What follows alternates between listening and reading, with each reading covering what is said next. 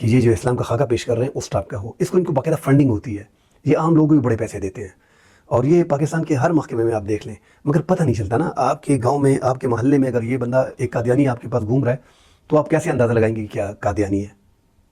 قادیانی کو تو پتہ نہیں چلتا, اس کی آئیڈینٹیفیکیشن ہے نہیں, مطلب ان کے کارڈ میں نہیں ہے, ان کے پاسپورٹ میں نہیں ہے, انہوں نے اپنے آپ کو کلیئر ظاہر نہیں کیا. وہ تو مسلمان ہیں, عمرے کے لیے بھی اپنے آپ کو مسلمان شو کر رہے ہیں, عمرے میں بھی جاتے ہیں, حج کے لیے بھی جاتے ہیں. تو یہ سارے معاملات ان کے ساتھ چل رہے ہیں. اور یہ جو اتنے لاکھوں لوگ نکلے تھے, ابھی آج 19 اگست 2024 ہے, 3 دن بعد جو ہے پھر نظر ثانی کی درخواست مقرر کی گئی ہے, جس میں جسٹس عرفان اور جسٹس نعیم افغان اور چیف جسٹس قاضی فائز عیسیٰ, یہ ہم خیال بینچ بھی ہے. یہ کوشش کرے کہ اس فیصلے کو جتنا جلدی ٹیک اپ کر سکتا ہے اس کو ٹیک اپ کرنا چاہیے, ورنہ یہ پاکستان میں ایک بہت بڑا ایشو ہوگا. سارے سیاسی ایشو جتنے بھی ہیں وہ چھوٹے ہیں, اس کے مقابلے میں وہ کچھ بھی نہیں ہے, کیونکہ اسلام کے نام پہ لوگ مر مٹنے کو تیار ہیں. اپنے نبی کی شان کی گستاخی جو بندہ کرے گا اس پہ مر مٹنے کو تیار ہے. قرآن میں جو بندہ تحریف کرے گا تو یہ لوگ برداشت نہیں کر سکیں گے, ہم مسلمان لوگ. تو یہ جو لوگ نکلے تھے ان پہ ہاتھ اس لیے نہیں ڈالا گیا, انہوں نے بہت بڑا مظاہرہ کیا ہے, بہت اشتعال انگیز تقاریر بھی کی ہیں, کیونکہ ان کے ساتھ زیادتی ہوئی ہے نا. علماء کرام نے کئی سال لگا کے محنت کی ہے اور ملک میں اپنے مدارس میں لوگوں کو پڑھاتے ہیں اسلام کے حوالے سے. وہ ان کے دل جو ہیں وہ جلے ہوئے ہیں اس فیصلے سے. وہ قاضی صاحب سے ملنے گئے, 29 مئی کو قاضی صاحب نے ان کو بٹھایا, ان کو سنا.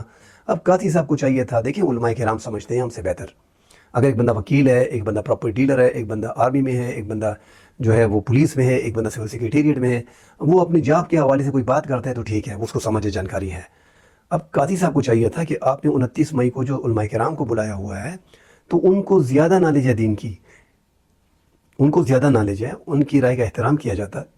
اسلامی نظریاتی کونسل جو ہمارا ایک ادارہ ہے, جو پاکستان میں جس طرح الیکشن کمیشن آزاد ادارہ ہے, اس طرح ہمارے ملک میں جو ہے اسلامی نظریاتی کونسل ایک آزاد ادارہ ہے. انہوں نے اس پہ اعتراض کیا, پاکستان کی تمام تر سیاسی جماعتوں نے اعتراض کیا, باقاعدہ انہوں نے آپ کو تحریری طور پہ بھیجا, آپ نے علماء کرام کے ڈیلیگیشن سے ملاقات کی, پھر آپ کو اپنے فیصلے پہ نظر ثانی کر دینی چاہیے تھی. اور 27 صفحات کا جو فیصلہ آپ نے جاری کیا ہے, جو 50 پیراگراف پہ مشتمل ہے, آپ نے اسی 6 فروری 2024 کے اپنے فیصلے کو برقرار رکھا ہے اور اچھی باتیں بیچ میں ڈال دی ہیں. مگر ان کو تبلیغ کی اجازت دینا, ان کو چھپ کر اجازت دینا اپنے گھروں میں, اپنے دفتروں میں, یہ مناسب نہیں ہے. یہ کیا کریں گے؟ یہ اگر تبلیغ اسی طرح کریں گے تو کس کو گمراہ کریں گے؟ ہمارے ہی بچوں کو گمراہ کریں گے, ہمارے ہی مسلمان بھائیوں کو غیر مسلم کریں گے.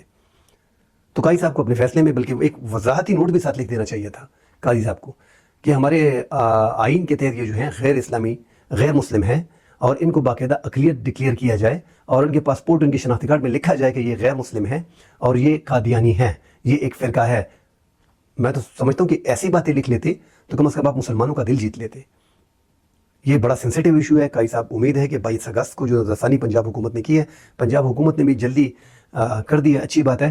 دیگر نظرثانی کی درخواستیں بھی گئی ہیں, تمام تر پارٹیاں بھی کوشش کر رہی ہیں کہ اس مسئلے کو ٹیک اپ کیا جائے. یہ ایک پاکستان میں بہت بڑا ایشو اس ٹائم پہ چل رہا ہے اور اس کو قاضی صاحب نے ہوا میں ویسے ہی کریٹ کر دی ہے. ویسے ہی اس میں آگ اور پانی کا کام کیا ہے, آگ پر تیل چھڑکنے کا کام کیا ہے.